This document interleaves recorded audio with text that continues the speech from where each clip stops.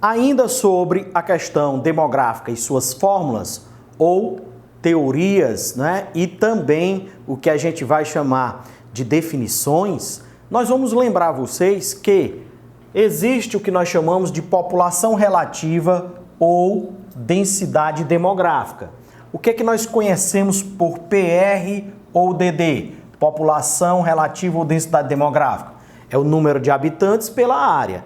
Normalmente, esse número de habitantes dividido pela área, ele é dado em, tá certo? Habitantes por quilômetro quadrado. Então, nós podemos ter ele, habitantes por quilômetro quadrado.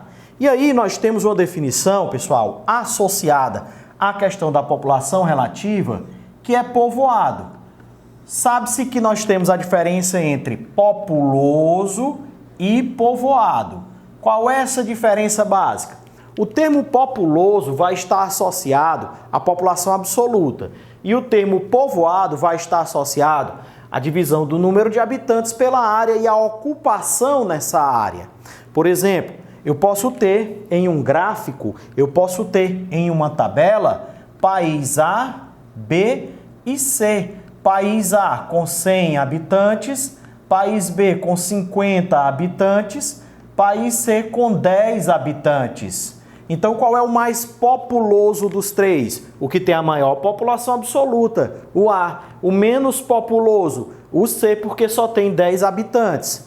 E para eu falar quanto ao termo povoado, eu vou ter que lembrar da distribuição dessa população pela área. Por exemplo, eu posso ter o país A, em que a população ela vai estar dividida 25 habitantes aqui, 25 aqui, 25 aqui e 25 aqui. Portanto, ela está bem distribuída em sua área. Eu posso dizer que esse país A, ele é populoso e ele é povoado. Eu posso dizer que o país C, por exemplo, ele vai ter 2 habitantes aqui, 2 aqui, 2 aqui e 4 aqui. Então, eu vou ter a população também bem distribuída, tá certo? Esse país C, ele é não populoso, mas ele é povoado porque a população está bem distribuída em sua área. Tranquilo?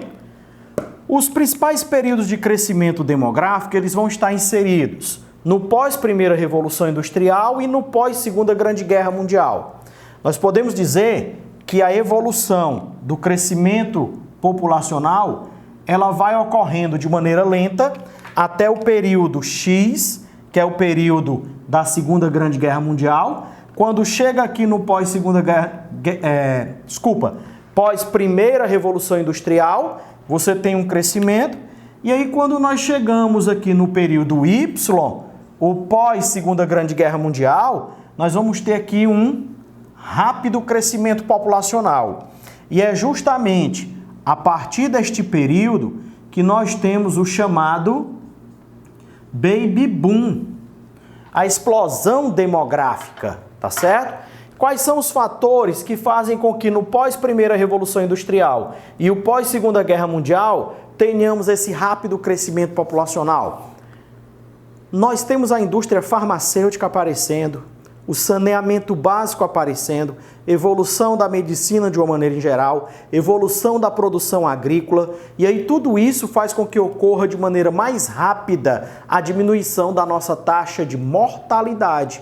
E aí você começa a ter um crescimento populacional porque a natalidade ela vai estar mais alta do que a mortalidade, que é o que a gente vai chamar as fases de transição demográfica, tá certo?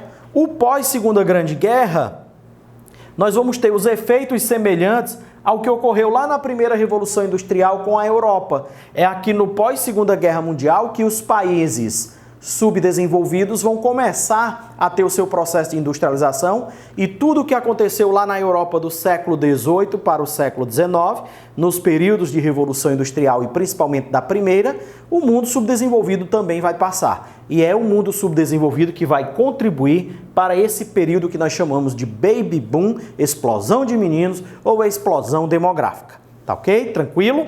Bom, taxa de fecundidade. O que é essa taxa de fecundidade?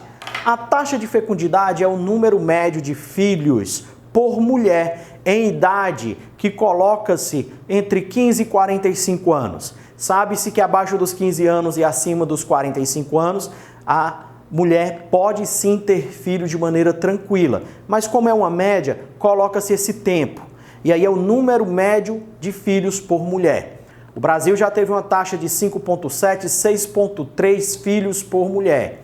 Hoje nós temos uma baixa que vem em média de 1,7, ou seja, a mulher brasileira não está tendo nem 2 filhos. Quais são os fatores que fazem com que essa taxa tenha diminuído bastante? Fatores diversos, como por exemplo, a inserção da mulher no mercado de trabalho. Tá certo? Esse é um fator que é um dos mais comentados. Um outro fator é o custo de criação de um indivíduo. O quanto custa este indivíduo para o casal? E aí o casal começa a fazer um planejamento familiar baseado muito na questão econômica e ele diminui o número de filhos.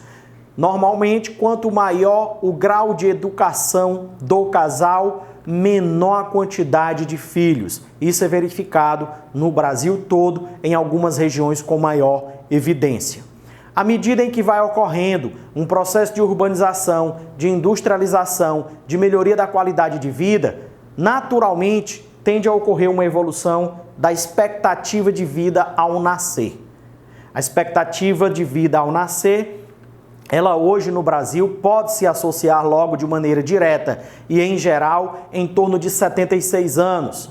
Quando você fala essa diferença do homem para a mulher, ela existe. A mulher ela vive em média de 6 a 8 anos a mais do que o homem por diversos fatores.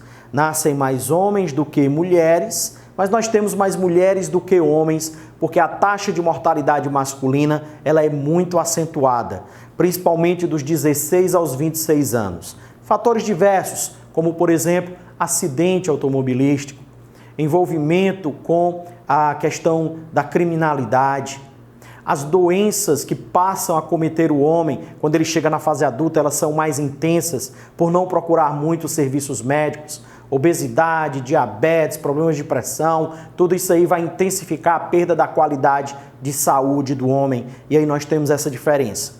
Lembrar vocês, por exemplo, que no Brasil, tanto a taxa de fecundidade, taxa de natalidade, taxa de mortalidade e esperança ou expectativa de vida, ela vai ser diferente de região para região e também dentro de uma mesma região.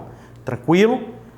Encerramos aqui esse primeiro ciclo sobre a questão demográfica. Ainda temos que tratar com vocês sobre transição demográfica, tá? E as teorias demográficas.